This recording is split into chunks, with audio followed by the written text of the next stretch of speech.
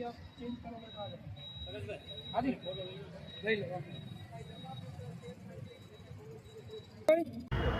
કહેશો આતંકવાદી હુમલા વિરુદ્ધ અત્યારે આપણે સન્માનનો શ્રદ્ધાંજલિનો કાર્યક્રમ છે, શું કહેશો?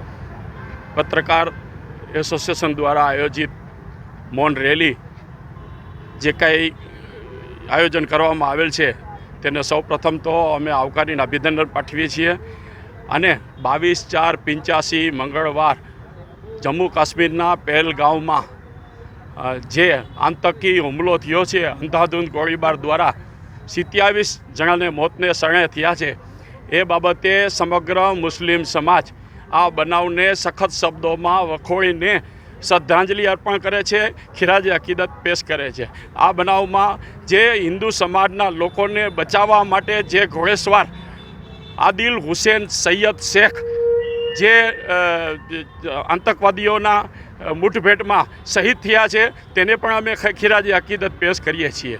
આ બનાવ જે બન્યો છે, આ હુમલો જે થયો છે એ ટુરિસ્ટો ઉપરનો હુમલો નથી, પરંતુ આપણા મહાન ભારત રાષ્ટ્રના સાર્વભૌમત્વ ઉપરનો હુમલો કહી શકાય।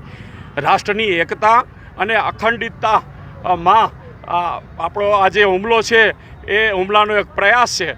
આ દેશ વિવિધતામાં એકતાનું એક પ્રતીક છે, ત્યારે આ હુમલામાં સંડોવાયેલા પાકિસ્તાન તરફી આતંકીઓને તાત્કાલિક સર્ચ ઓપરેશન દ્વારા, પછી હેલિકોપ્ટર હોય, સ્નીફર ડોગ હોય કે ડ્રોન હોય, એના દ્વારા શોધીને એને તાત્કાલિક ઝેર કરવા જોઈએ અને અમે આદરણીય મોરબી વડાપ્રધાન જે નરેન્દ્ર મોદી સાહેબે જે યશસ્વી પગલાં ભર્યા છે તેને પણ અમે આવકારીએ છીએ અને હવે અમે મોદી સાહેબને કહેવા માંગીએ છીએ કે પાર્થને કહો ચણાવે બાણ, હવે તો યુદ્ધ એ જ કલ્યાણ અને પાકિસ્તાનને ઈંટનો જવાબ પથ્થરથી આપવાનો સમય આવી ગયો છે।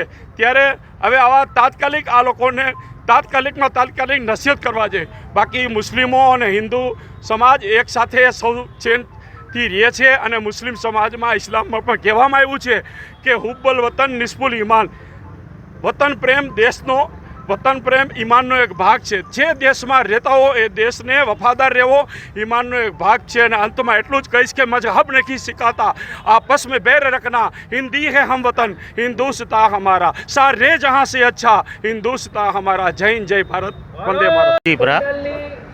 આજ અમે રાજકોટ શહેર અને જિલ્લા પત્રકાર અને પ્રેસ ફોટોગ્રાફર એસોસિએશન દ્વારા મૌન રેલીનું આયોજન કરવામાં આવેલું, જે પહેલગામ કાશ્મીરની અંદર પર્યટકો ફરવા ગયા હતા એને ઉપર જે હુમલો કરવામાં આવ્યો છે આતંકવાદીઓ દ્વારા, એને અમે સખ્ત શબ્દોમાં વખોડી છીએ।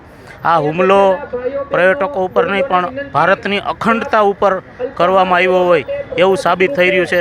તો હું મારા શબ્દોથી સરકારને પણ આહવાન કરું છું કે આ જે કોઈ આતંકવાદીઓ છે એને એકની સામે 10 માથા લઈ આવે અને ભારતની જે શાંતિને અશાંતિમાં ડહોળવાનું કાર્ય કર્યું છે આવા લોકોને સખ્તમાં સખ્ત સજા આપવામાં આવે અને ઈંટનો ઘા પથ્થરથી કરવામાં આવે, ગોળીનો ઘા ગોળીથી કરવામાં આવે એવું સૂચન કરું છું અને જે મૃતકોનું મૃત્યુ થયું છે એમને શબ્દો દ્વારા શ્રદ્ધાંજલિ પાઠવું છું।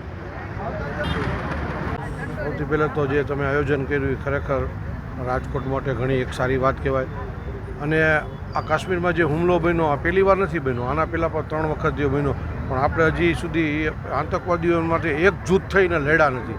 આજની મારી સરકારની વિનંતી છે કે આપણે દરેક પક્ષાપક્ષી મૂકી અને સમગ્ર હિન્દુસ્તાનીઓ થઈ જાય, બધા હિન્દુસ્તાનીઓ ભારતીય બની અને આના ઉપર ઈંટનો જવાબ પથ્થરથી દઈ જઈએ, આપણી સરહદમાં પગ મૂકે પહેલાં ગોળી મારી દેવી જોઈએ।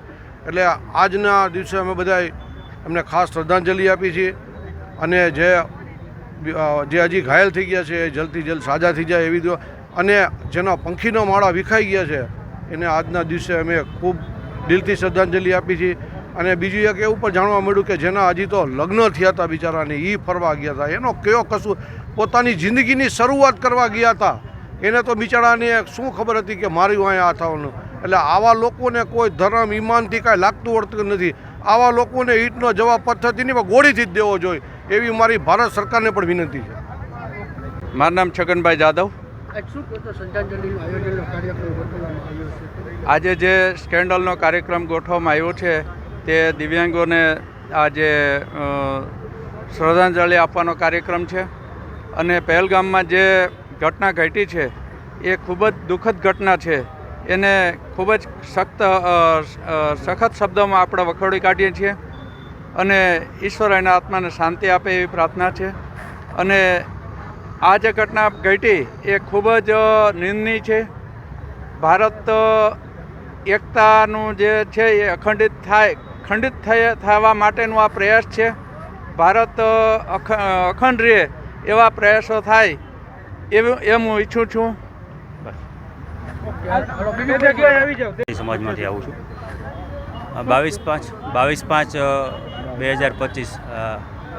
22/4/2025ના રોજ જે પહેલગામમાં આતંકવાદી હુમલો થયો છે એમાં જે આપણા હિન્દુ સમાજને જે ભાઈઓને ટાર્ગેટ કરવામાં આવ્યા છે એ ખૂબ જ નિંદનીય છે. આની સામે કડકમાં કડક કાર્યવાહી થવી જોઈએ અને ભારત સરકાર એક્શનમાં છે. પાકિસ્તાન પણ સામે બોખલાયેલું છે અને ભારતના દરેક નાગરિકની એવી ઈચ્છા છે કે સરકાર પ્રત્યે એવી ઈચ્છા છે કે આનો કડકમાં કડક એમ કે જવાબ આપવામાં આવે. અને આ હુમલો કંઈક અલગ પ્રકારનો હુમલો હતો. આપણે ભારતમાં એકતા અને અખંડિતતા છે.